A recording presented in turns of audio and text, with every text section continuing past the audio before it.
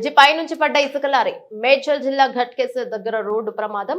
అదుపు తప్పి బ్రిడ్జి పై నుంచి కింద పడిన ఇసుక లారీ ఒక్కసారిగా చెలరేగిన మంటలు లారీ దగ్ధమైంది. డ్రైవర్ కు తీవ్ర గాయాలయ్యాయి. ఆసుపత్రికి తరలించారు.